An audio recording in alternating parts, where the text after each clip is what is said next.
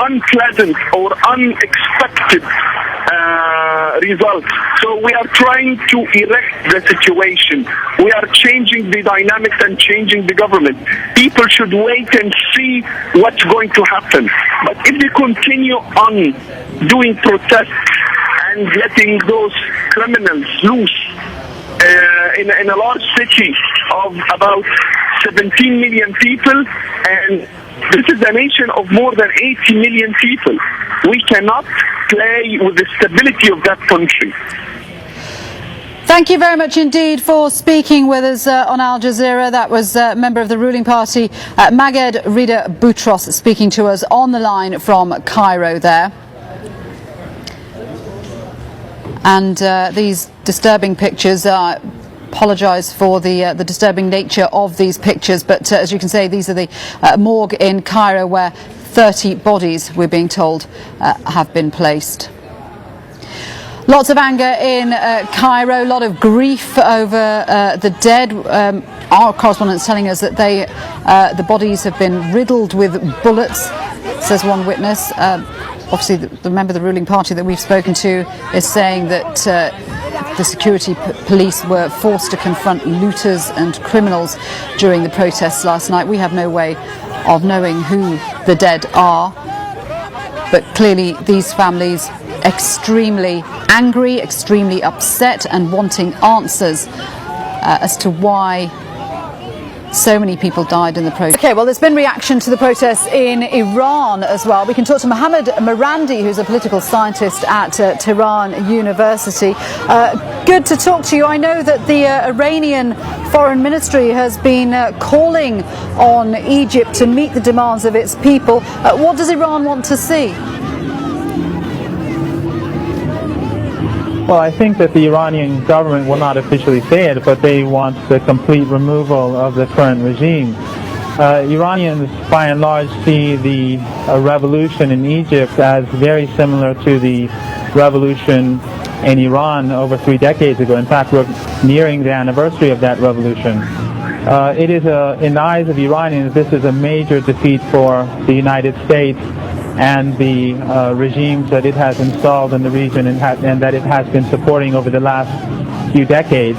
And I think the Iranians would like to see change come about in the other regimes of the region that are also pro-American and are like the Mubarak regime. Isn't it slightly ironic for the Iranian government to ask Egypt's people to, Egypt's government to listen to its people when there were so many protests after the Iranian elections? Well, I think it's the other way around.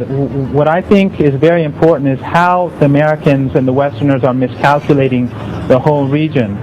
In Iran, the vast majority, whether Ahmadinejad supporters or those who voted against Mr. Ahmadinejad, they support the political establishment in Iran.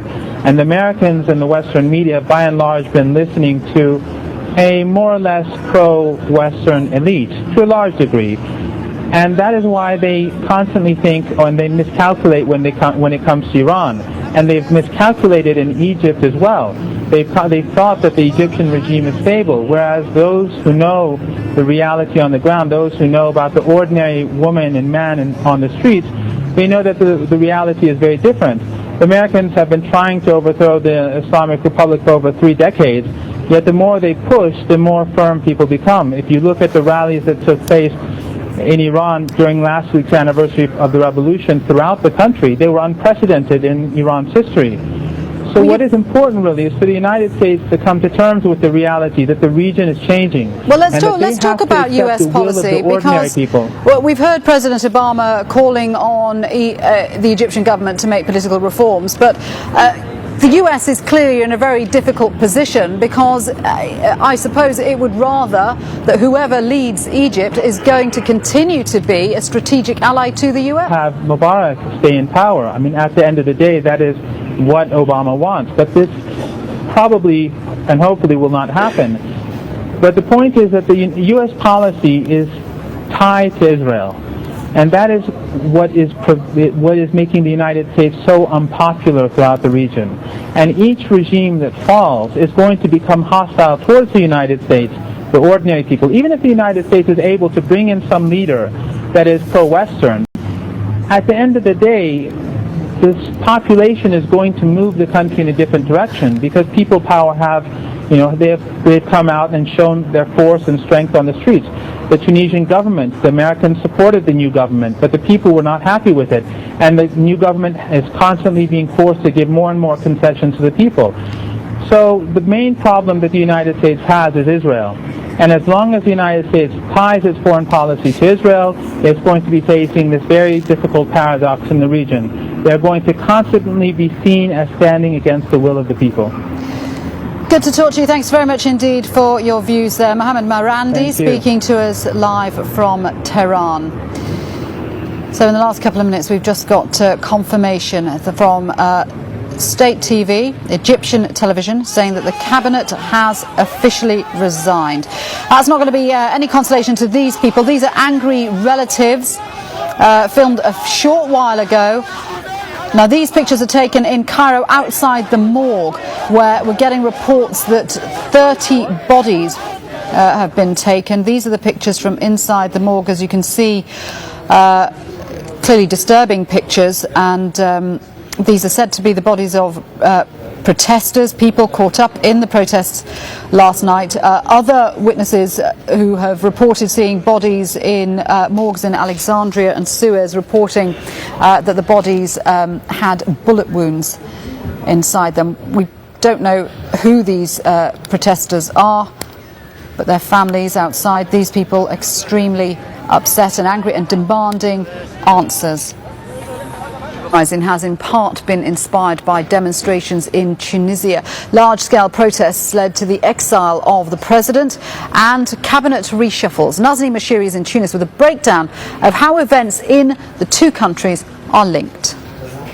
This is where many of the protests that helped topple Ben Ali's regime took place, here on Habib Bourguiba, the central avenue in Tunis. One of the reasons why the demonstrations were allowed to happen was because the Tunisian army remained independent. It didn't intervene. Many Tunisians are watching the events in Egypt closely, showing solidarity with people there. I think they will succeed. I see that they are really brave. Bravo, Egyptians. My only advice to them is to be together and believe in themselves. I hope that the Egyptian people will have their freedom like our people.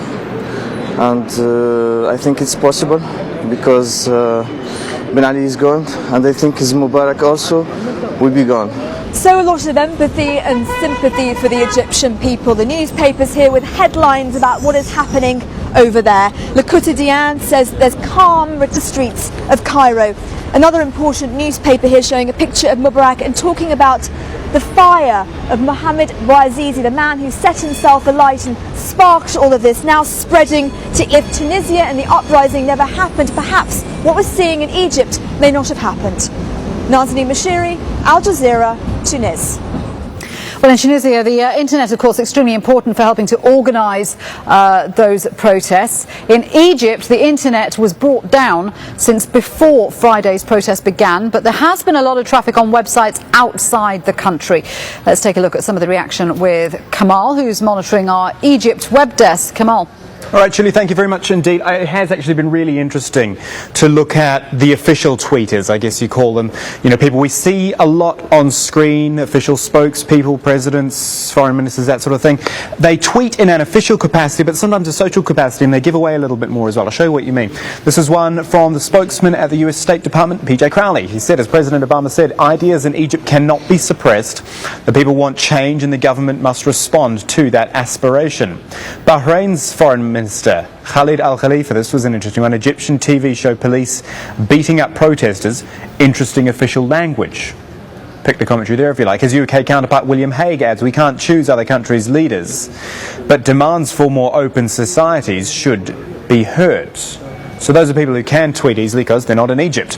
Only now we're seeing how bad it really is for the people inside Egypt, internet-wise. Trend Micro, which is the third largest security software company in the world. They do antivirus things like that. They have calculated that 97% of Egypt's internet traffic disappeared inside 24 hours, which is extraordinary. It's historic. It is probably the biggest internet shutdown in the world. And this is what the biggest internet shutdown in the world looks like.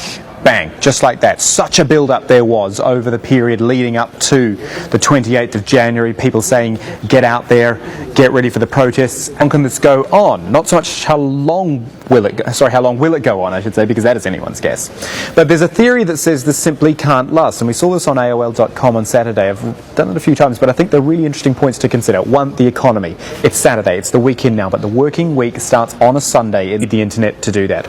Second point there, the fact that it breeds further resentment. There's already so much resentment, we know that, but the longer Egyptians are kept offline, that's only going to get worse. And three, the outside pressure. Obviously, a lot of people saying, bring the internet back. President Obama called for the government to reverse its interference, that was his word, with the internet, and failure to comply with that would risk a negative reaction from, as we've been saying, a very important ally.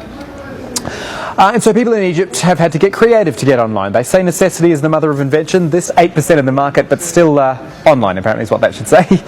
So people have been trying to access the web through Noor. They've also reverted to, would you believe, good old dial-up internet. We used to do this before those fancy cables you see on your screen came in.